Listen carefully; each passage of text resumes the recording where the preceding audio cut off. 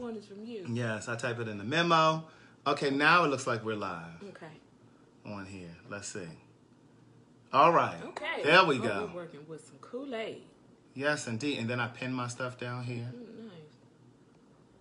Oh, you But- have to give me a tutorial. Oh, yeah. I pin it down there. Like, whatever you want them to be able to see, you can pin it. Now they're coming in. Okay. But even though you pin your information down there, people still say, well, how do I get the buzz? What's your Cash App? And I'm like, niece, Read. it's pinned up here and it's in the caption. It is. I see it But all you the know, time. right. Yeah. But you know, people, but you got to remember that everybody's not Facebook savvy. Yeah, that's true. And so it's like, That's okay, true. well, this is how you do it. Hey, girl, hey. Hey. Hey, girl, hey. What's up, Rolanda's people? Yeah, say hello to Craig, y'all. Hey. Hey, girl, hey. Hey, boy, hey. Hey, folks. It's Friday. It is Friday. We got our cocktail. We're drinking it on the rocks. Yes. Hope it We ain't have- dry. Right. We have pump. You look good up under this light.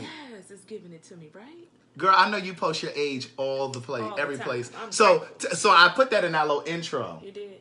What You want to hear the intro? Yeah, let me hear. All right, let me hear the intro. Now I hope. Yes, listen, yes. so we're gonna be taping a podcast. I host a podcast called So Much to Say. Mm-hmm.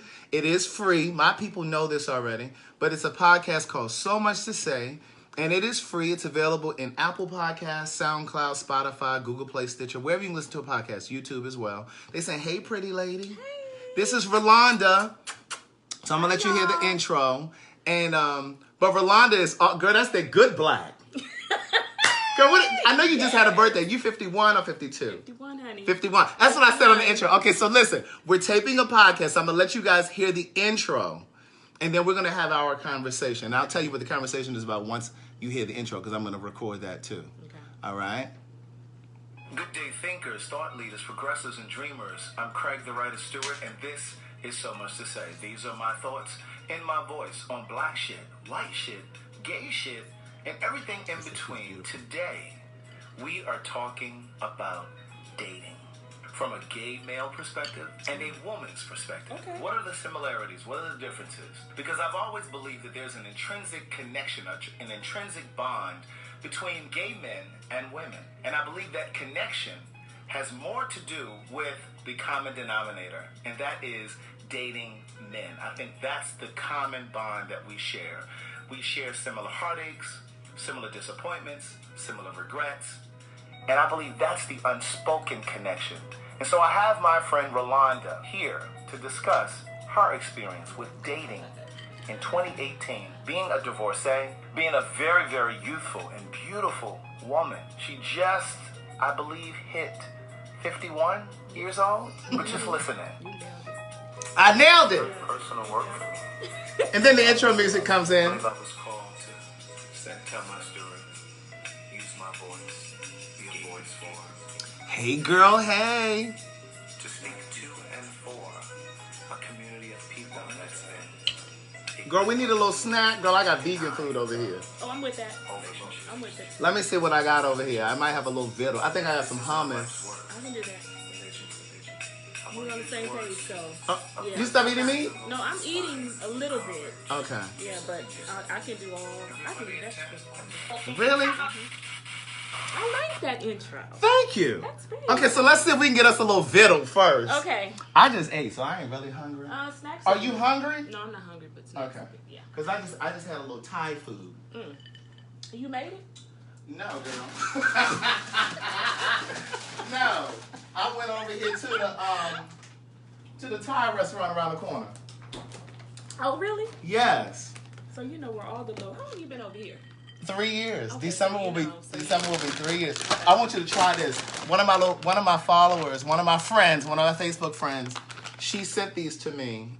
She and I actually went to college together. What is it? It's called Heavenly Hunks. It's oatmeal dark chocolate. Do you eat that? Mm-hmm. Okay, so it's gluten free. Okay. And they're like cookies. You want to try yeah. one? Mm-hmm. So try one of these. Wait, hold on. Let me see what's back here. Okay. Let me see. Can you see it? Let me see. Damn thing. Okay, what you looking for? So it's calories 113. That's for one hunk. Okay. 113 calories. Total fat is 5 grams. Okay. Saturated fat 3 grams. Trans fat 0. Cholesterol 0. Sodium 28 milligrams. Okay. Total carbohydrates 15 grams. Dietary fiber 1 gram. Sugars 8 grams. Protein 1 gram. Okay. So you want to try one? Yeah, I think that's gonna. And so try that. Okay, I haven't hit my calories. And be honest about how if you like it or not. Good day, thinkers, thought leaders, progressives, and dreamers. Did I say that already? No. I'm Craig the Writer Stewart, and this is the Facebook Live version of So Much to Say. These are my thoughts and my voice on black shit, white shit, gay shit, and everything in between. What you think about that? I love it. Do you like it? I like it. Okay. All right, so I got you. Now, these are my favorite, these hint of lime. I used to make a rotel. They call it rotel down here in the South. Girl, I call it a cheese and turkey dip. I used to do my ground turkey. I would season it up, and then I would put Velveeta, like I put a whole block of Velveeta. We know that ain't never processed. All day, stop you up. I used to put a whole thing of processed Velveeta in there, and I would melt it down and combine, and I would put a jar of salsa in it. Oh my God! And if you like spicy salsa, put some spice. Because I would do rotel. Yes. And then I would dip it with this. Yeah. With this hint of lime. That's a miracle. Girl, you would turn somebody's Super Bowl party out. That's a blessing. And you can have more of these. I'm just going to set these over here. Now, this is just hummus. This is just roasted red pepper hummus. I did not double dip. Okay. So if you want to try some of this, you want a little bowl for your I chips? need a little bowl. Okay, let me get you a little bowl. Yeah, let's get settled. For your chips. We're going to get settled. We're going to have this good old conversation. Hold tight. We're coming back. We're going to have a good old conversation. We're going to get you some chips in here. We got our vodka.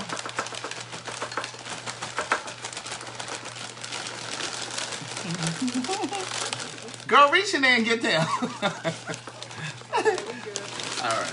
Now, I put my chips in the refrigerator. When I open them, I know some of you take them little clips and put on it, but girl, they still get stale. I put mine in the refrigerator. You do? Yeah.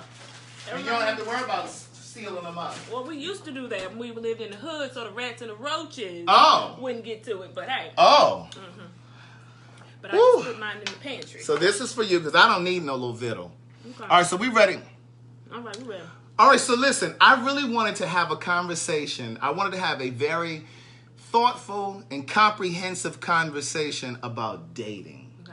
And I know my journey and my struggles with dating, and I wanted to kind of do a little compare and contrast with you, just from a woman's perspective. Because as I said in the intro, I personally believe, and I'm sure that I don't know what the lesbian experience would be like, so I can only speak from my perspective as a gay person, as a gay male. But I understand that there are some similarities between women and men because the common denominator, again, the thing that we have in common, and I think on the surface, most people feel like there's this connection between gay men and women, because most gay women, most women have a gay male friend. Yeah, always, yeah. Right? Yeah. Back in the day, we used to call y'all fag hags. But now we're called Judies. You're called Judies. And some of the progressive kids call y'all fag bangles. Now fag is not really an appropriate word, but fag bangle meaning like a pretty piece. We keep you all as a fag bangle, like you're a pretty piece of jewelry. You kind of hang around. Okay. But that's really not politically correct. Yeah, I don't know if I like that. Yeah, I don't really like that. But we all often, I really believe that oftentimes gay men and women either get along solidly or there's this friction. Right. But generally speaking, we get along. Most of the time. Yeah. Most of the time. And I think on the surface, people think that we get along because we like the same shit. We like fine things. We like going out to eat. We like shopping. We like, but all gay men aren't into interior design and that kind of thing. I personally think that it runs deeper than that. I think that it's because, and we may not speak about it, but I think that our strifes and struggles that we really have in common are the difficulties that we find with dating, like the setbacks or the heartbreaks. We have similar heartbreaks. We have similar disappointments. So you're single. Yes. Are you dating? I'm single. Yeah, I'm dating. Okay. So now I did say in the intro that you're a divorcee. So how long ago were you divorced? I remember you told me when we went to lunch. It's been what, 5 years now? 5 years since you've been divorced. And have you been in a relationship since? You have. How long was that relationship? Let's see. On and off for about three years. Okay. So you dated someone on and off for 3 years. Let me cut to commercial real quick, because see, the people on my side aren't really following. She's a heterosexual woman. I said there's gay men and women. The connection is men. Keep up, niece. Clear that up. Right. So I just think that the connection, I'm going to say this again for the people in the back of the bus. What I'm saying is, I think that, like, I date men, you date men, and I think that we can compare and contrast, and we can have notes together, and I think that is the thing that draws us together as friends, oftentimes. So you've dated on and off for 3.5, 4 years, right? Would you say that dating has become a challenge? Is it a challenge now after post-divorce? Or does it feel different from before you? It's much different. And what do you say? Because I was with my my ex-husband we were together for 15 years. So coming out of that relationship was very, everything was foreign to me. And I'm still old school. I do believe that chivalry has not died. Okay. But I believe that things have shifted. So when you say chivalry, you're old school. You say you're old school. So you mean you expect a man to call you and not be texting you to death? Come on, elaborate. Okay, Speak for the children, for the people. So I am used to them pursuing you. Right. She's used to being earned. Right, I really am. Yeah. So getting back into the dating scene or getting back out there, it hasn't been the same. It's like men are kind of sitting back and waiting for women to compete or lower the bar. Absolutely. And also it's like we're fighting. It's like we're playing this game and trying to prove, a cat and mouse. Yeah, trying to prove our loyalty, and and I'm just who's trying to prove their loyalty? The women are trying to prove the loyalty. We're fighting to be loyal to this. It's like a game. If I'm, it's like you got to prove to me how much you really care and you love me, and then you got another woman that's doing the same thing. But at the same time, he's reaping the benefits. And this whole ride or die statement, I'm just not with that. I busted lip, trying to ride or die, and at the end of the day, I may not even get chosen. So to me, that's a whole different. I don't think that way. It's so interesting that you said the word chosen. And I know what you mean by that, but immediately it made me think about an interview that I saw with Jill Scott, and I've shared this before, but it's been some time ago that I talked about this. But I'm a big fan of a radio show out of New York called The Breakfast Club with Charlamagne and Angela Yee. And so Jill Scott was on the show, and one of the things that she said in that interview, and it always stuck with me, she said, a woman is supposed to be adored. A man is supposed to adore a woman. And I think a lot of times women forget that. And I think a lot of times women, they do too much. And to try to compete and to be chosen. And if I can even elaborate on or expound on what you just said, I think that a lot of women, even gay men, sometimes go out of their way to be saved. Like they're looking for a savior. They're looking for a man to come and just choose them. Okay, so when you say save, are we looking? Because let me just make this very clear. I don't care to be placed in this general box. When we say women and when we say men, that's the problem, because we don't expect or we don't take people for where they are and who they are. Meet them where they are. As individuals. Because, there are certain things as a conglomerate that women, do and men do. But, and I hate to this is after dark. We cuss over here. So we're real grown. Yeah. So, oh gosh, I hope my mom's not listening. Mommy, close your ears, niece. So, I don't want you to say, oh man. Give it to him now. Come on now. This is so much to say. Come on, give it to him. All right. I don't want you to say all pussy is the same pussy. Because it's not. And I want Say it again for the people in the back. Because Say it again for the people. Say it again for the people in the net. I don't think they heard you. All pussy is not the same pussy. Mm-hmm. So what I mean by that is what works for her may not work for me. Mm-hmm. And so when you say women like this and women like mm-hmm. that, not so much. Mm-hmm. So I need for you to get to know me mm-hmm. so you'll know what I like and what mm-hmm. I don't like. So that I think that's been our challenge, or that's been our issue, mm-hmm. is that we don't meet people and we don't get to know them and take the time to know mm-hmm. them. And in the beginning, you should know, but this ain't for me. But you have to know you first. Mm-hmm. You have to know and set the standard. And set your standards and have not your lower boundaries. the bar. Right. Have your boundaries and have your deal breakers. Listen, you got to have your deal breakers, right. And you have to set your boundaries, mm-hmm. and you have to have your deal breakers. Mm-hmm. You have to have your non-negotiables. Exactly. You're from Texas. Yes. And would you say, because I often have people say, well, a lot of this stuff happens in Atlanta because the ratio of women to men. Now, I don't know what the ratio is now. When I first moved here, it was like 13 women. For every 13 women, it was one man. I think now it's more like 18 women to one or something like that. Do you think that some... Go ahead. Say something on that? Yeah, go ahead. Because to me, it's like you're already putting out there the negative, and now, okay, it ain't gonna work for me, or my hope is there's no hope anymore. Mm-hmm. So to me, okay, so 2, what is it? Whatever, 1 to whatever 9 ratio or whatever. Is, yeah. But what are they using? Are they including the gay women? Are they also including the gay men? Mm-hmm. Are they including? I mean, to me, there's just too many different levels to that. Right. So I don't let that stop me as a woman with confidence, because as a what? With confidence, mm-hmm. and who loves herself, mm-hmm. because I never compete with other women, mm-hmm. because I know who I am. Because I know who I am. Because I know who I am. That's number one.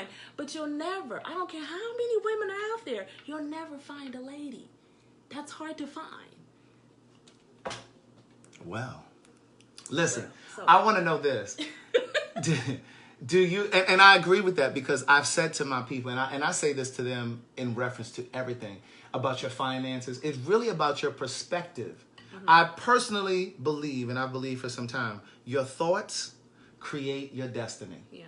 Your thoughts create your destiny. So if you live in a woe is me kind of space mm-hmm. about your finances, mm-hmm. then you will always live in a woe is me. You'll never have enough. You will mm-hmm. always lack. It's always about perspective. Mm-hmm. And if you always feel like every relationship is a man or a woman mm-hmm. is going to get over on you or take advantage of you, that's what you're going to draw. Mm-hmm. I speak to you guys all the time about that. It's like whatever energy you put out, it has to come back. Mm-hmm. So if you think that you're going to get somebody that's going to cheat on you or do this and do that, that's what's going to come back to you. Right. So here's what I want to know.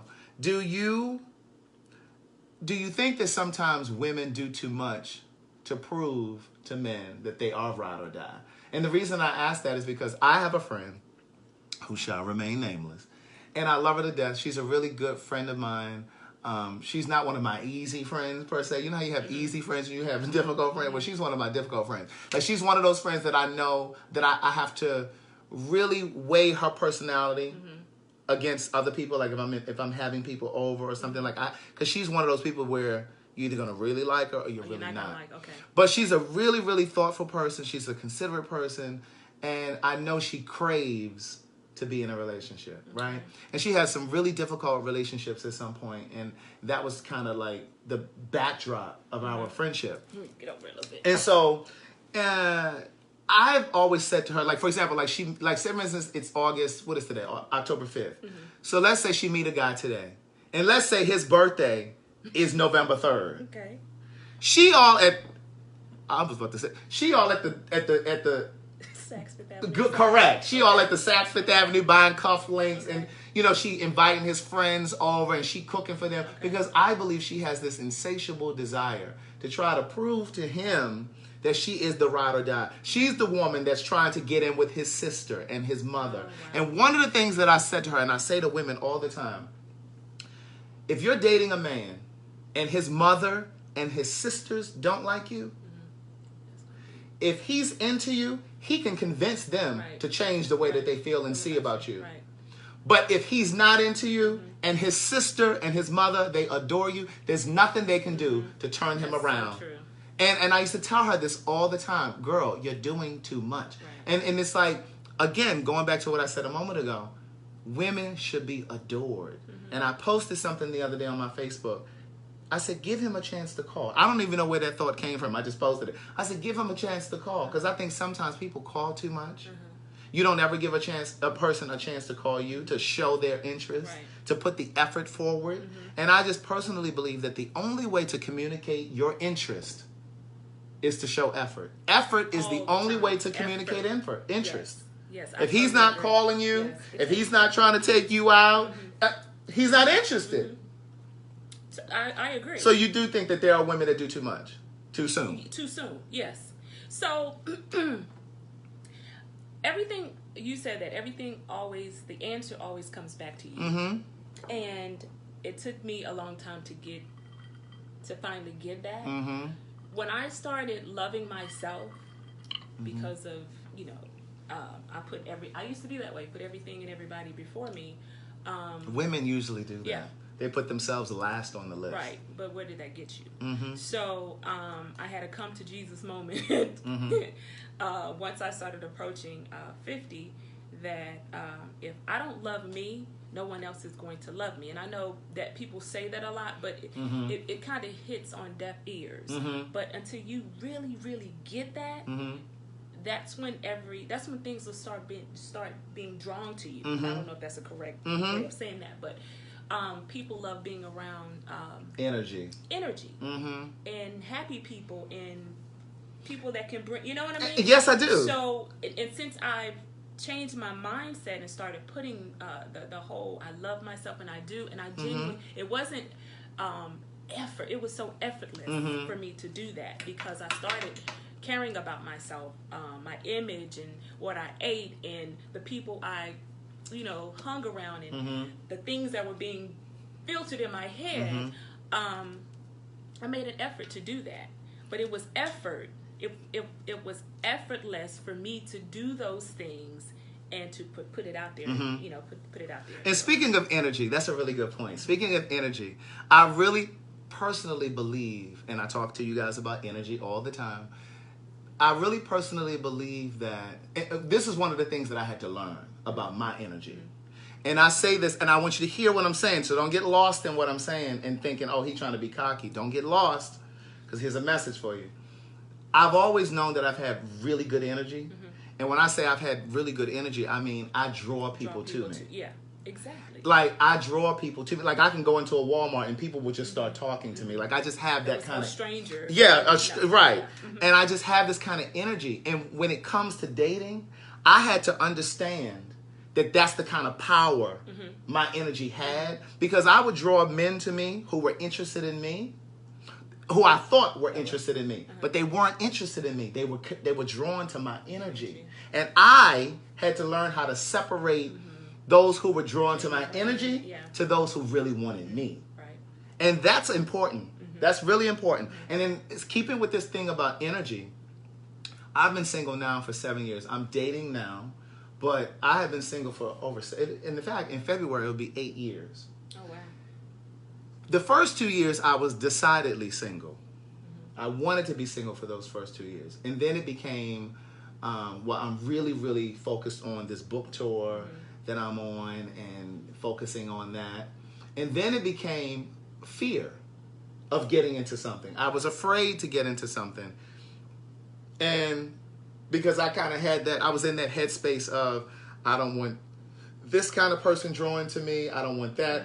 And I would look at the people that I knew around me that were in relationships. And when I looked at the scale, there were people who were in more trash relationships than in good relationships or healthy relationships. And so that helped confirm or affirm my fear.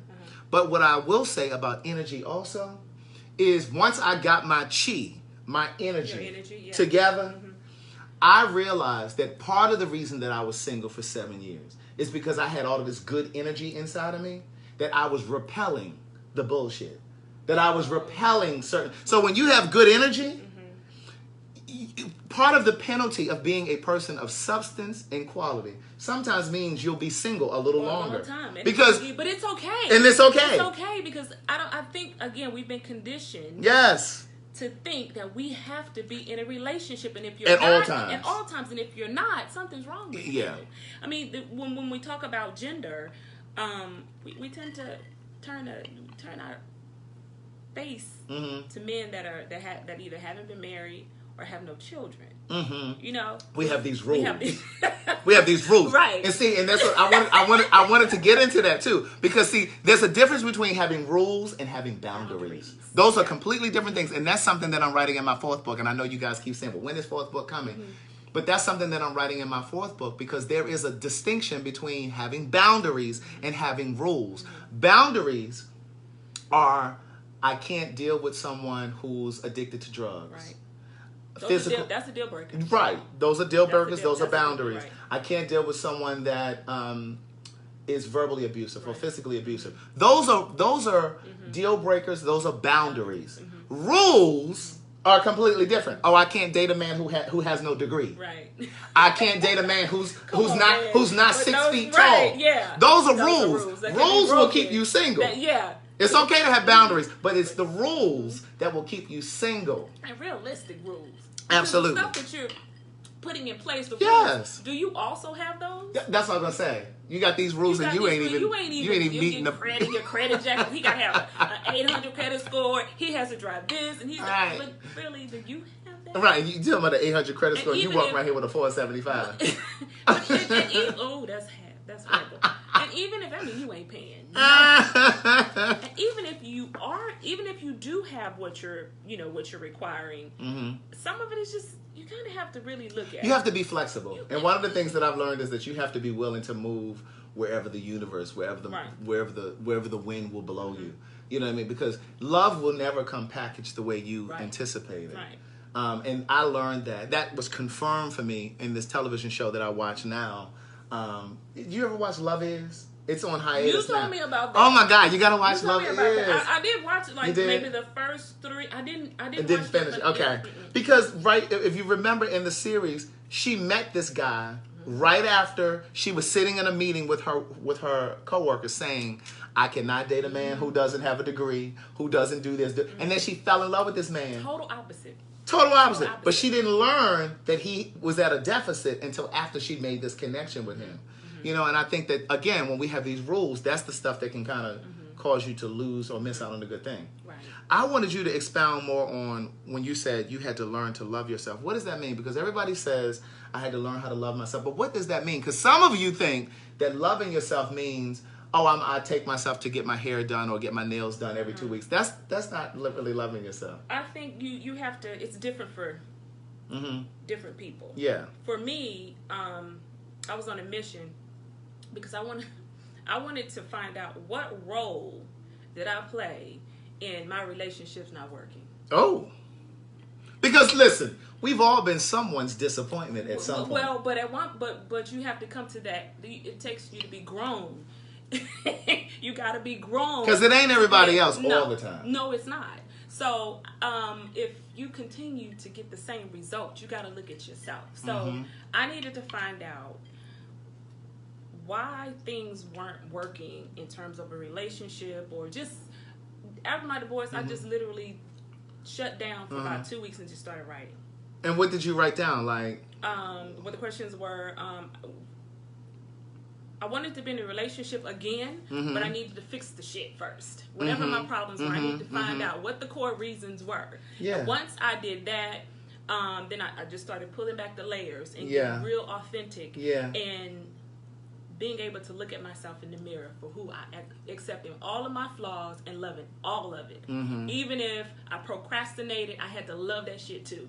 Even if, because it used to be one point, I'm not good with money. You know, I would say I'm just not good with money, and I need to fix that. Yeah. So I had to work on that. Yeah. I had to work on how come I can't express how I'm feeling. So I had to get back to, okay, let me go back to, and everything went back to childhood. So, listen, I say to my people all the time, your childhood will always show up in your relationship. Yes. That's why it's important. Y'all sitting here asking people, well, do you want children? You asking these preliminary ancillary questions. You need to be asking, how did you grow up? Was there any abuse? There you go. Were there you molested? Right. Was there any abuse in your child? Because Because that shit is going to come up. Yes. Somehow. Yes. Either in their defense mechanisms, either in their inability to open up to you emotionally. It will always show up in your relationship. Either in the finances. If your family was always struggling, you probably gonna struggle with him or her. Yeah, and you have to be able to identify, well, then why, how come I'm not good with money? So I had to go back, well, your mom and daddy didn't teach you how to do that, and why didn't they? So I had to go back and, like I said, pull layers. And then once I addressed once I found out what the issues were, then I started to attack those issues. Then I started working on those issues. I wanted to, I don't know if I told you this, but the other thing was I wanted to be fit and healthy, inside and out. So 51, y'all. This is 51. So no heavy ankles over here. No. So it was just about fixing and repairing and mending myself inside and out. So I was on a journey, right? And I needed to be. I didn't want to be fake in front of people, right. And I felt that I needed to be genuine with myself. And once I started, like I said, peeling back those layers and started addressing those issues, and I mean, I'm not perfect. I'll say all day long, I'm not perfect. We'll never be perfect. Right. But I wanted to make sure that I was happy with who I was. And this version of you will attract at this level as opposed to the version that you were before. Exactly. And that's what I'm trying to get you guys to understand, if you don't already understand it. It's like, once you clear up and clean up some of the sludge, then you would, because again, I've said to them before, you date at your level of your self-esteem. Exactly. You date at your level of your self-esteem. But you should not be so eager to date until you clean up your shit. Clean up your stuff. Otherwise, you're going to bring your baggage in. Again, we're not all perfect, but be able to identify and know when that person says, I don't like your attitude because of da-da-da-da, you'll be able to pull something out of the arsenal and say, damn, I know why. She's right. Right. I ain't going to argue with you because I know I got issues with that. But see, that's one of the important components of relationships, too. Because a lot of times people think, oh, I just want to have a relationship because I want to have somebody to go to dinner with, somebody to go to the movies with, somebody to help me with my cell phone bill, my rent. No, a relationship is supposed to mirror who you are. And you should be in a relationship with someone who you trust enough to say, baby, listen, the way that you just did that the other day, that wasn't cool. You can't get all bent out of shape. You have to be able to take constructive criticism. And then be able to receive it, because, you know, if that person really loves you, like I tell my daughter, I want to see you win. When I come and criticize, it's not because I'm attacking you. I want you to win. I want you to win. And that's how a relationship should be. So when I come at you, and I used to always say, I just need clarity. Right. Communication is our partner. Clarity is our friend. Right. Just hey, don't get upset. But I really need some clarity because what you said the other day, it's still stuck in me. And I need to make sure that we're on the same. You have to be able to communicate and then take constructive criticism and be okay. I'm just a different breed. Yeah. Since I'm so different. I don't know if you saw Alicia Keys and her husband and Swiss Beats. Did you? I did see something. Yeah, I didn't see that, but I remember seeing the stuff about it. So when I saw that was just so me. I don't think the way that we've been conditioned. Well, what were they saying? Tell us. Because you know the situation with with his ex-wife, right? And so you saw my post book on child support and all that. So it kind of has something to do with that. But the fact that she, as the ex-wife, decided that, you know what, this really ain't about us. Whatever issues that we have kids. Yeah. We have children. Yeah. And we don't want them to see us like this. So we because then they will then this is where the generational things come in. So I like the fact that somebody became the adult and said, we got to stop this. Let me explain to you guys what she's talking about, because maybe some of you don't know. So Swiss Beats, the music producer that's married to Alicia Keys, was married before he met Alicia Keys. Long story short, there's been all of this tabloid fodder about Alicia Keys taking Swiss Beats from his first wife. Her name is Mashonda. She was on The Breakfast Club the other day, too. I keep saying I'm going to watch that interview, but I haven't watched it yet. So there was all this contention between them because there's always been this talk that Alicia Keys came in and took him from her. And so what we're talking about now is that Mashonda obviously said, okay, somebody has to be the adult. I mean, because even if that was the case, even if Alicia did take him, you can't live in that pain. Like, you have to move on. Right. And because at the end of the day, it is about your children. If you keep living in that pain, that's the kind of pain that they will demonstrate once they get into their relationships and they carry that kind of stuff. And so to that, somehow she probably came to the conclusion that I got to take a back. I really need to pull back some layers and figure out what role did I play into the situation, because at the end of the day, he just didn't just say I'm a lead.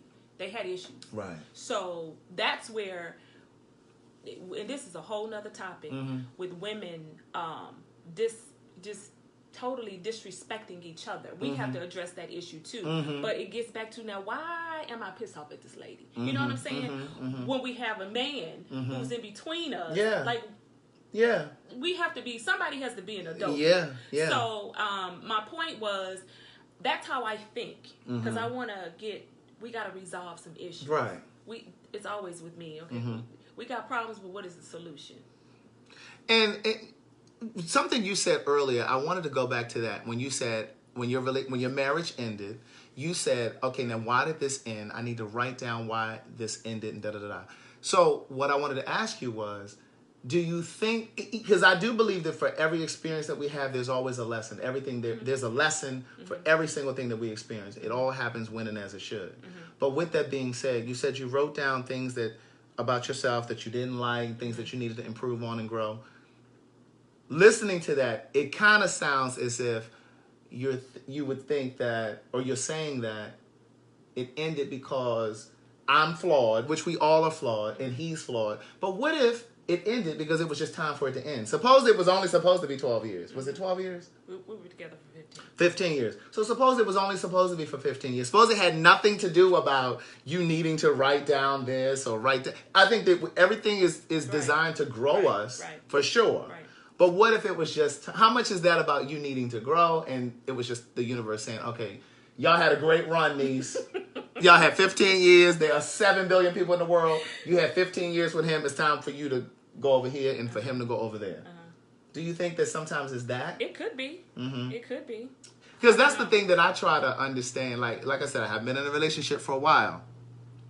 But when I think about getting into a relationship again, part of me, because nobody wants to experience a breakup. Like it is the worst thing. It's like death. It's like, yes, and I've always said I wish I could just switch it off like a light switch, like turn the feelings off. But the reality is, sitting here now, not being in love and not being in a relationship, in theory, I understand that everything has to end at some point. Everything has an expiration date. Right. Whether it's by divorce, whether it's by death, or whatever. Right. Everything has an expiration. So I know that in theory, but that doesn't change when you're in the moment and you're in the pain of it. You know what I'm saying? Right. So that's been my... So you said, well, one of the things that I did realize is and this is probably this trips a lot of people out, but I have never ever been in love. Wait a minute. Yes. Wait. So I discovered that. I need a sip of this. I need a sip of this vodka. Now, you mean to tell me you've been in a 15-year marriage and you have never been in love? What do you mean you've never been in love? What does that look like for you? Because I never knew what that felt like. I never knew. First of all, I never knew what love was, because coming from a dysfunctional upbringing, I never knew what that felt like. I am floored. Because here's the thing, I push back when it gets to be a little bit too, for fear of failure and disappointment. Girl, I'm still stuck on you've never been in love. Yeah, girl, so wait, what does being in love look and feel like to you? What do you imagine it would feel like? Right now? I found the answer because I'm in love with myself. Oh. That's what, and I mean, and let's be really clear, because we've been conditioned to think we have to put ourselves second and everybody else has to be first, and, especially as women, because even that's implied with little first. Girls, and then when you what is that? There's a scripture in the Bible that you can't praise yourself and you can't make yourself feel good and all that kind of stuff, because it's just not what you do. But how are you supposed to know what to give if you don't know what it's supposed to feel like? So to me, it took me getting where I am right now, which is why I'm so protective and very selective about who I bring into my space. And that's me. When it comes to getting into a relationship, I've been on dates and I've dated, but I'm gonna be real honest with you. Go ahead, because I got something I want to say. I have not found anybody that measured up to my ex-husband. You did say that to me when we went to lunch. Haven't. You did tell me I that. haven't. So, and what do you he mean? set the bar really high. Because he accepted me for all my shortcomings and all my flaws. I ain't gonna lie. To this day, he'd be like, damn, what you know. Because I admire him so much because of he's very business savvy. And like I said, I wasn't good with money. But he helped me. Yeah. And he helped me, how to go about paying bills and the importance of your credit. And I valued him a lot because he was almost like, he's still my mentor. And I valued everything that he would say because once he put his mind to something, he'll do it. And he's very loyal when it comes to his family and the people that he cares about. Till this day, we are still... So why did you divorce? There was a plethora of reasons, and I don't want to go into that. Yeah. But we both needed to grow in different directions. Grow and really grow into who we were, who we are, and accept our issues and our problems, and and being able to be okay with that. When you said that, it reminded me. Do you guys remember the movie Disappearing Acts, the Terry Miller movie? And I think it was like Wesley Snipes and somebody. But I remember when they broke up, and I'll never forget, they were standing in that corridor, and he was on one wall, and she was on the other wall. He said, or she said, why did it take us breaking up for us to get our shit together? And sometimes that's what it takes. Saying, what you just said earlier, do you think it was just to totally end it, and things needed to end, or do you think, and I'm, like I said, I'm never going to give up. You know what I mean? I love who I am, and being able to protect my heart and who I allow in my space, and I'll shut it down. So at what point are you protecting your heart? At what point? Hold on. At what point is self-protection a defense mechanism? Yeah. Because I believe those things can blur. Yeah. Because it's one thing to protect your heart; it's another thing to just set up walls or defense mechanisms. So how do you know which it is? And then I'm gonna get to my other question. Well, so I'm still trying to figure it out because this is still kind of It's like the second when you turn 50, it's like a second chapter. Yeah, and you value your time, and I'm being very, very cautious about that. And as you can see, like when I say things, and I'm very thoughtful, and with so that I just won't say the wrong thing. And just being in tune, because growing up, as I said earlier, in my household, you were taught to just be seen and not heard, and if you gave your opinion, you were you couldn't say anything. So it disconnected me from being able to vocal my expressions and my feelings and being able to connect that. So as an adult, again, that was some of the things that I wrote in my journal, why I couldn't express vocally what I was feeling. So now I'm at that point. Right. I don't care what I say because it's really genuine and it's authentic. So would you rather me lie, or would you rather me be honest with you? So that's where I am with life and with communicating with humans. Well, let me tell you this. So since you shared that and you said since you opened up about that, one of my fears, this is one of the things that I uncovered too during my 7-year singleness. Okay. See, this is why it's so important to take time to be single too, because you really get to find out things about yourself that you didn't realize you had going on. Exactly. It's so important to sit still, and you can't sit still if you're dating 2 and 3 times a week, and you monkey barring. Yes, and you're monkey barring from one relationship to another. Like, you really haven't taken time to really figure out what you want, what you need for yourself. Right. But one of the things that I realized in my singleness is, because you know how like you think you're this wonderful person. Like, I think I'm a great person. I think I have a good personality. I think I'm a friendly person. I'm a compassionate person. I'm a kind person. I think I'm pretty easy on the eye. You know what I mean? Like, all of that. I'm ambitious. Like, you think all of the stuff that you think about yourself. But what I realized is, in the past, when I've gotten into relationships, I've kind of forgotten all of those wonderful things about myself. About yourself. Yes, it's almost like relationships for me in the past, and this is one of the things that I've worked actively to change moving forward. But for me, relationships have been a place of insecurity for me. And I'm going to explain to you what I mean. Like, I feel like if I get into a relationship with, say for instance, you and I are in a relationship, and I know all of these things about myself, all of the things that I just said, I'm ambitious, I'm this, I'm that, but then I feel like once we get into the relationship, you saw all of those things which got us to the relationship, but you'll forget. I fear that you'll forget my magic.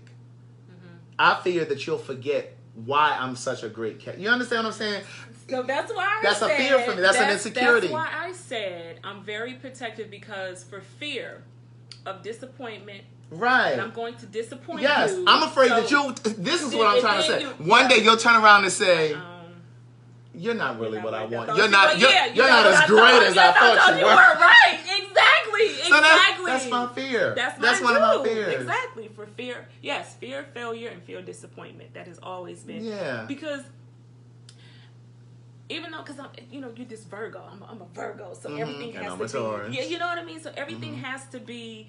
And I've let my hair down with that. There used to be a time everything like this right here. When I walk into a room, I just automatically I go to this order, and I'm fixing and I'm straightening, and I put that on the people that I love around me. Listen, don't leave stuff in the sink. I need, because I was real anal. But then I had to think: is that really, really a big deal? Is that really important in the context of the relationship? Exactly. Yeah. So that goes back to that. Is this a deal breaker? Nagging. Is this a deal breaker? Is this something that we can just kind of work around? Right. But then at the same time, that could be a gift and a curse. Right. You know what I'm saying? Yeah. Some people like that. So it's like, am I plugging in that puzzle? Whatever is missing in your life, can we plug in each other's? Right. Can you compensate where I'm weak and I compensate where you are? Yeah. Right. So it's being able to find that balance. That balance in, but if it gets to the point where it's too much weight on one person, then that's. But and here's the other thing I need to say when it comes to relationships. I think we need to just like a job, when you have every year you have your annual. Girl, I know. Listen, go ahead. When you have your annual review. Yeah. I think relationships should have that too, and I mean what I mean by that, instead of constantly fussing and fighting and arguing, there needs to have you have to have those meetings. You have to have those moments. It is funny that you say that, because I actually have a friend who, she and her husband, not boyfriend, she and her husband, they do that. Let me tell you something. Because, again, I think that one of the mistakes that we make with relationships is we get into a relationship and we get into it with this idea that our togetherness is going to be indefinite. Like, we go into these relationships thinking, okay, well, since we're in this relationship now, we're going to be here forever. Where conceptually, I don't really think that. I'm thinking we're going to be together for a long time, but I don't ever go into it thinking, okay, this is it. Now, if this ends up being forever, then great. But I don't go into it thinking, okay, this is it. And with my friend and her husband, they just bought a house. Well, before they bought the house, they sat down and they said, okay, well, before we do this, we need to go ahead and do a check-in. We need to evaluate. Okay, so how was this past year for you in the relationship? How was this past year relationship for you? And he said, well, it was good. She said, okay. She said, well, okay. Well, do you want us to go ahead and sign this thing? Because we need to work on some. Do you think we can make it for another? Yeah, and here are the things that I had the last year. These are the issues. That, right. And we need to work on that. Right. And do you think that we can move forward? And she said we approach it just like a job. Because the thing is, when you go to a job, you don't go to your job thinking, most people don't go to a job thinking, okay, this is where I'm going to retire from. No, you go there and you're like, girl, I'm going to just see how this is going to work out. Right. You know what I'm saying? And if you go there and you're there for 3 years, you're like, okay, well, this was good for these 3 years, but let me go and look for something else. Right. And I think the same kind of mindset should be applied to relationships to a degree. And here's another thing that was revealed during my moments. I had to accept the fact that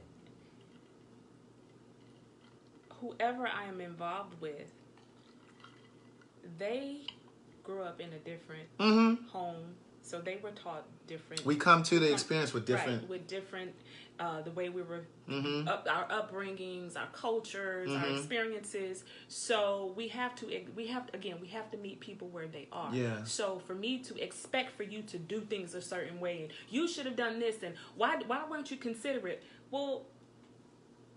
Right. That's not. And one of the things that I've said too is just because a person doesn't love you the way that you want them to, doesn't mean that they don't love you with all that they have. That's it. You know what I mean? So it really does go back to what is it that you need? Right. What is it that you require? And to feel love and, to feel satisfied. Right. And I think one of the things that's so important, and I think the next time I, consider getting into a relationship or I get into a relationship, I want to do the 5 love languages. Have you ever seen that or done that? I've done that. And like everybody loves differently. Some people some people need touch and affection. Some people need affirmations where you, oh my God, you look so beautiful today. Gifts. Some people need gifts. Right. But there are 5 love languages. And if you go to the number 5, type in 5lovelanguages.com, it'll come up and you can you can ask yourself like different questions and you'll know how you need to be loved. Right. It was something I was gonna ask you. These are my little notes. You got questions? Oh, did you guys have any questions while we're here? Questions? But what I did want to go back to though was this whole idea of dating. So like, what are some of the challenges? Has it been a challenge for you in terms of like this whole social media world and like dating on apps and online, and has that been a challenge? Because one of my mom's friends, before you answer that, one of my mom's friends, she's older than you. She was actively dating online, and she's in another marriage now, but the husband that she was with before, she met him online, and so this is for the gay people right here who think that we the only ones that date on apps and get stuck on apps and don't know how to come off of them. She got married to this man, and she found out later, somehow came across his email box, and he was still meeting women online. And I think sometimes this instant gratification becomes a high for some people, and it becomes an ego. It strokes their ego, and it's like a validation kind of thing when you getting these messages from people that you don't know. Right. And so their marriage ended because he was still kind of doing that. So has that been like presented itself? Presented a problem for you? Well, of course, yeah. Social media is definitely that online way of getting. Now, how do you navigate around that? Like your fear of that? Like, is it a concern of yours? Like, Well, no, I mean, I get inboxes. Yeah. From men all of the time? Yeah, it's Girl, are they sending you naked pictures and things? No, I haven't gotten those. Oh. No, I think my group, well, I guess it doesn't matter, because I was going to say my age group, they're a little bit over, 40 to 60, so, but no, that don't even matter because of me. It sure don't, because they'll send you a penis picture right with their gray pubic hair, and won't even care. No, I haven't gotten those. Right. No. I don't take it. I don't take it I don't take it seriously. I don't. So if somebody could somebody approach you through social media? And could somebody approach you and try to date you through social media, or would you or you the kind of girl? Because I know you said you're old school and you're chivalry and that kind of thing. Would you be completely off? Put off by that, or would you have to meet them in person? I would have to meet them in person. Okay. I would have to. So for those of you that are okay with people jumping into your inbox, because look, they tried to let me have it one time. Because listen, I'm gonna tell this story, but I need to go and get a charger for my phone. Okay, so I'm gonna pause this. Y'all, I'll be right back. I need to get this charger. Are y'all loving this subject, this topic that we're talking about? Yes. Y'all have questions? Oh, hang on. Got a lot of people. Hold on, let's see. Hey, y'all. James, good evening. Hey, we need Mark. you guys to share the video. Hey, Janice.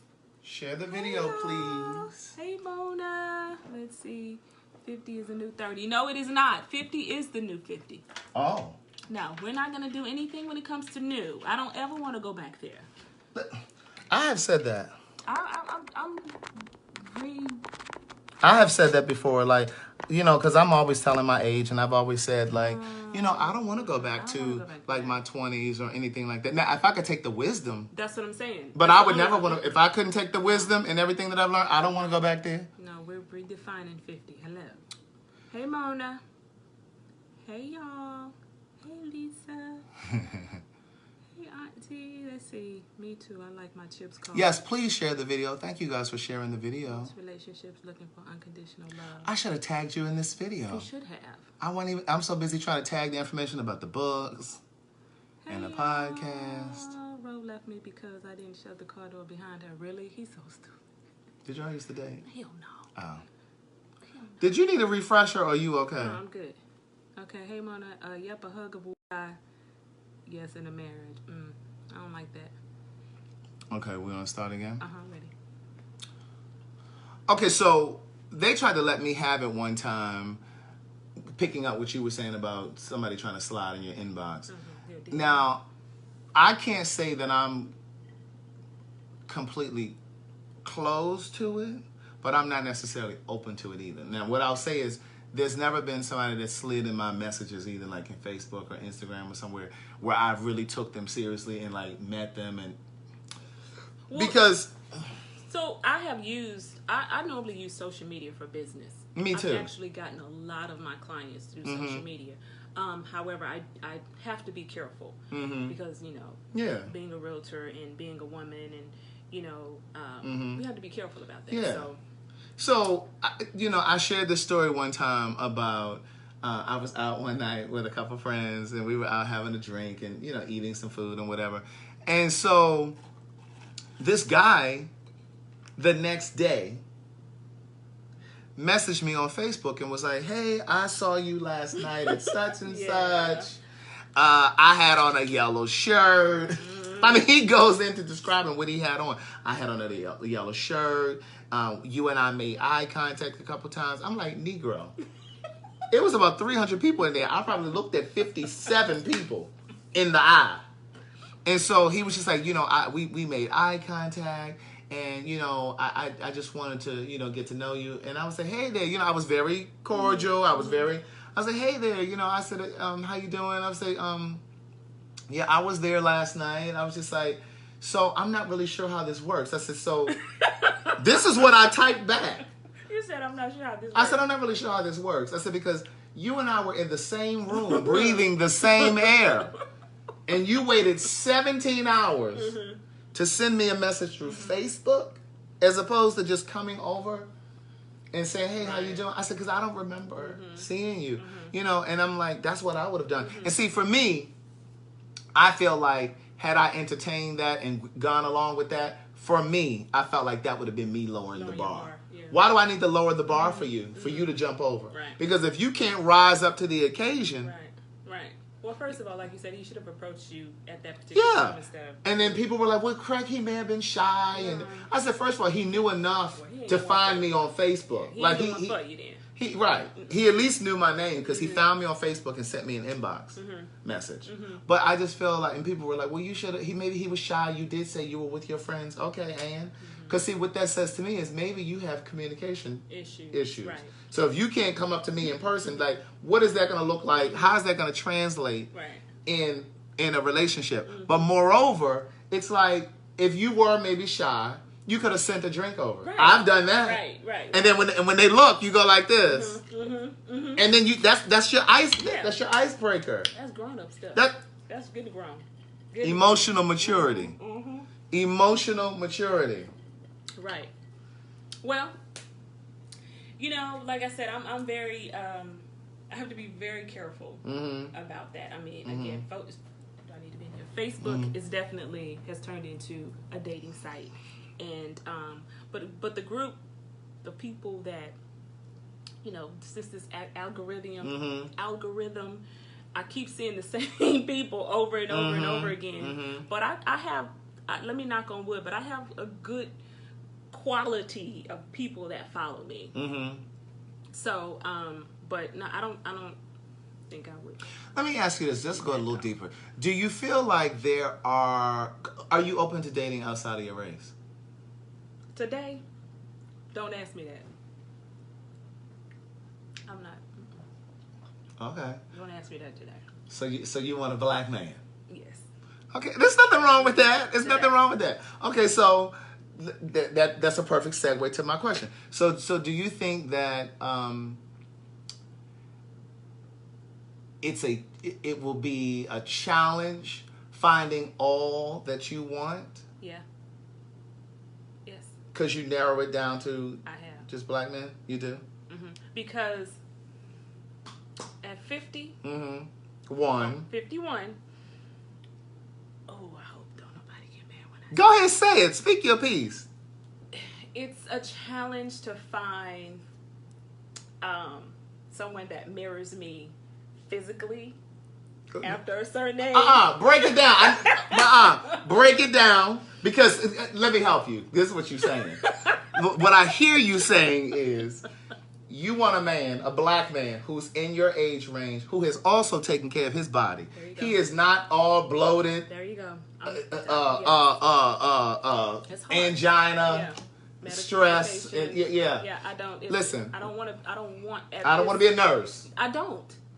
Listen, that's one of the things that we do have over you. Now, gay men, we do take care of our bodies. You really do. You really do. We do take care of our bodies. Yes. Now, my friend Angela says all the time, because like we work out, and she's 56, and I think she'll be 57 in December, and she's like, Craig, like, God, like you guys have it so good. She said, like, when you guys get older, you still take care of your body. She said, baby, these straight men. So it's like, why you get to enjoy all of this? And I can't. And it's so unfair. It's so unfair. Right. So that's one thing. Mm-hmm. And then what about in terms of, I guess, ambition and stability and...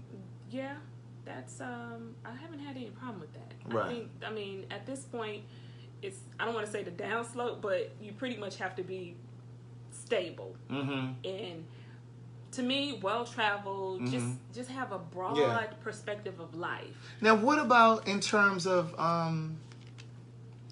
brokenness? Because, and this is where we're going back to our original topic and our original conversation. Because in my experience in dating, and I mean, this may be a different subset of issues, because when you're talking about black gay men, that's a different level of issues and just whatever. Right. Because I think a lot of times black gay men come into this community carrying baggage from the black church, the black family, the black community. Exactly. So that's on top of being a black man in this country. Right. So in my experience, I have run into a number of men that carry baggage and issues. So do you find that like a certain amount of brokenness in the men that you date? Set in their ways. I haven't dated a lot of people. I'll just say that. I ain't dated a whole lot of people. No, I ain't count on one hand. Half of that. You know? But to really get in depth, as I kind of can have, I have the experience to kind of, I don't want to say judge, but kind of. You can kind of grade. You can kind of, And but I haven't allowed myself to even get that far into it. So I have my deal breakers. So how do you know when to let go? Like, for example, like you said, you've been dating someone on and off for like 3 or 4 years. When do you realize that, okay, this failed to launch? Like, this isn't gonna, like a failure to launch. Like this is not gonna turn into something else. So when do you know, okay, enough is enough? I have always said I'm giving it a year. Whatever it is, I'll give it a year. Okay. And if it's not where I need to be, because I ain't got enough time. I ain't got a lot of time on this side. I got more yesterdays than I do tomorrows. So I don't have enough time. I don't have a lot of time for you to be yanking me around. Right. So would you date younger? Yeah, I would. But to ask me how... You don't know. It just depends. Yeah. It can't be that much, because I feel like I'm less. It's got to be at least... I could go probably 3 years. So 48. Do you care whether or not he has kids? She has 1 kid.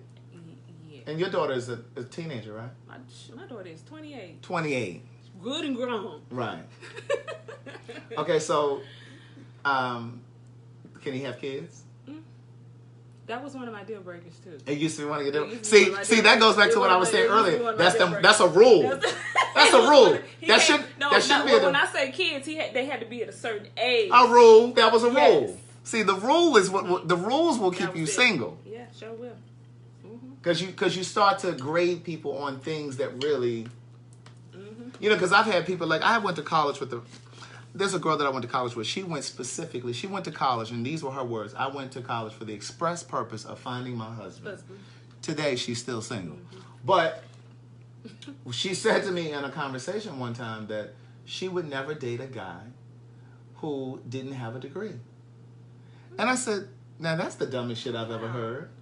Because like you're putting so much stock. I said, what if that is the person who would adore you? Right. Who would give you every single thing that your heart desires? And I don't mean financially or materialistically. Right.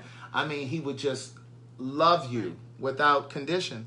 And I said, and you got to remember, everybody has different circumstances. What if he was on track to go to college, or let's say he was in college, and let's say his providers, like his parents or somebody, died, or something happened, and it didn't allow him to finish, and maybe he had to go to a job, and maybe he became an entrepreneur or that's something. The difference. Yeah, you know what I'm saying? Like she said, he has to. Wow, bless her heart. And I was just like, that's unfortunate. and I think people sometimes set up these rules because, and I've said this to them before, and I need to write this in this new book. I think a lot of times we date with the expectations of what our friends and family will think or expect. Right. Mm-hmm. You know what I'm saying? Like you meet a man today, and let's say he's 10 years younger, not 3. And let's say he lives in an apartment, he doesn't own a house. Let's say you know what I'm saying? So you show up to that experience thinking about what your 28-year-old daughter is going to think. Mm-hmm. You think about what your parents are going to think about him. So I think sometimes we grade people based on, you know, what our friends, what our network is going to think. Well, I'm going to be honest with you. I ain't got time for you to get it together. Your shit better already be together. I'm sorry. I can't. What do you mean together, though? Because at 50, at 50, what you doing? And what you been doing? That's a problem. So if he didn't have a car at 50, you'd be thinking like, I have a problem. I ain't. Well, girl, what if he just don't want a car? Well, if he's from New York, because, you know, they don't have vehicles and you Uber. But girl, no, he right here from Georgia. And he just don't want a car. That's why I'll probably be... Girl, he could have $37 million in an account and just don't have a car. Oh, but that's different. Well, girl, you wouldn't know that, though. But I would have to get to know him to get to that No, but point, see, for what I'm hearing you say, beloved. We said get together. You wouldn't even get to know if he had $37 million because you would cut him off because he pulled up with a MARTA bus pass. No, seriously. At 51, moving, you should not unless you're going through a divorce. And, you know, girl, the economy just... I get that. He could be rebuilding from the economy. I get that. But look, and you know, this is the example that I always give people too when they say stuff like this. Girl, when Michelle Obama met Barack, girl, he had a hole in the floor of his car. They could see the car. How old were they? They were younger. Thank you. They were younger. Thank you. But my point is, going back to the friend from college, she would have looked over him because he didn't have a job straight out of college. Yeah, well. You know what I'm saying? Mm-hmm. But see, the president went on to succeed. You know what I'm saying? So you can't really grade people on their today. Is what I'm saying. I got you. But that doesn't mean that you potential. But at this point, but you can't dream a bigger dream for them than they dream for themselves too. Because some of y'all be trying to make up stuff for people. Y'all be trying to see people's potential and they ain't going no damn where. I ain't got time. Keep it on that right there. I'm gonna keep it on that. I ain't got time. I ain't got time to be trying to help you get it together. What was your first heartbreak? You said you've never been in love, but have you ever been heartbroken? Oh, all the time. Well, how are you heartbroken if you've never been in love? How does that happen? Well, I mean, you can always get disappointed. You know, you can have standards and, you know, put people on a certain... How do you handle a heartbreak? Since my divorce? It's been easy for me. I mean, I know, I automatically know, okay, this ain't working. So I've already conditioned myself in my head to divorce that situation. Mm-hmm. And so by the time it ends, You're already at peace. I'm already at peace, yeah. That's a skill, folks. I've learned. You know, I always say that mothers in particular really can give their girls the tools to how to navigate in relationships with men. I have a mentee that I do that with. Yeah. What's the kind of advice that you would give to a young girl? Like, I think about my niece. Like, I have a niece, a great niece.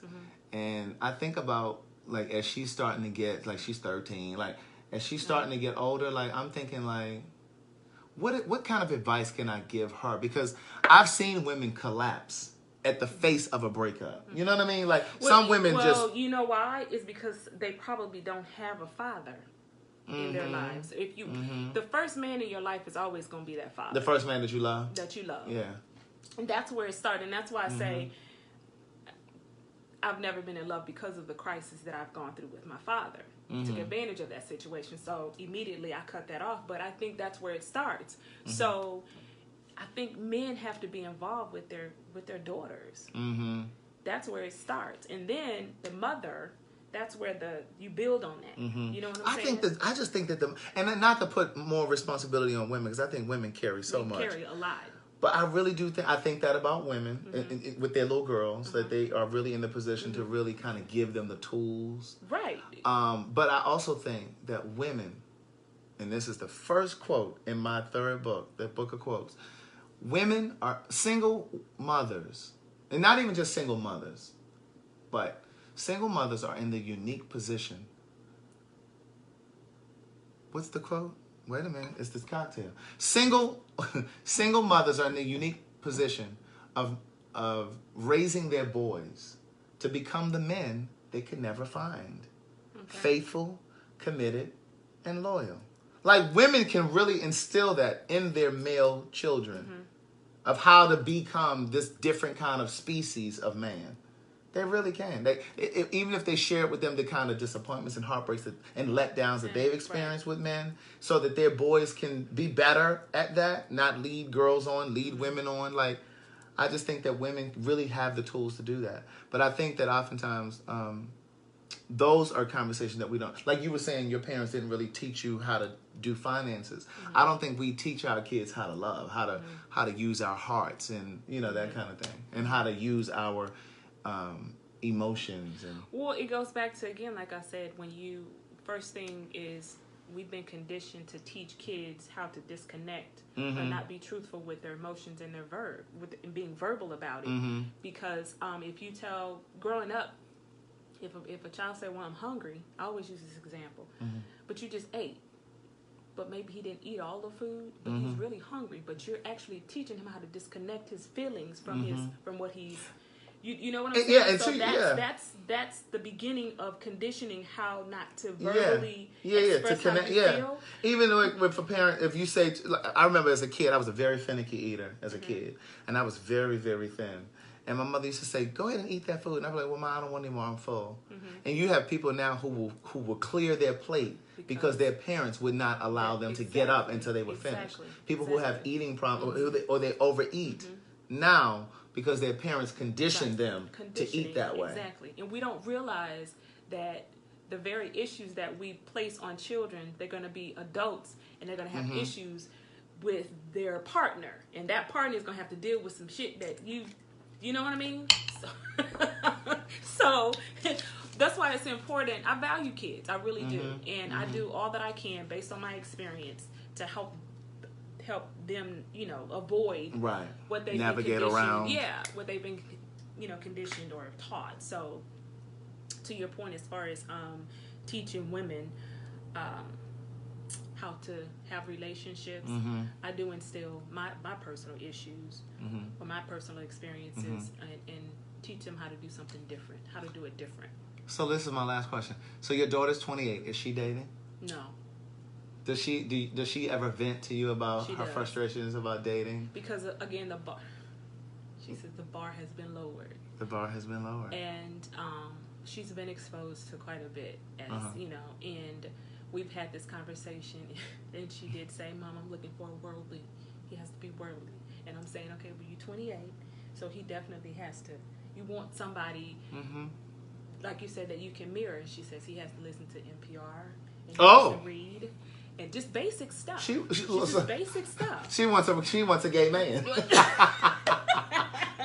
She wants a gay man. Right. He reads. And he listens to the public radio. Read. So it's just the basics, but because society has conditioned our men, our boys, and I don't want to say, just the fact that them not having fathers in their lives or whatever. So they've kind of allowed, society to kind of critique them and condition them to think a certain way. So, well, one of the things that I've realized too is when it comes to black men, gay and straight, most of us have been raised by single mothers. Right. So most of us don't have a demonstration of what a two-parent or what a look. relationship Exactly. is supposed to look like. So most don't even know how to approach a relationship.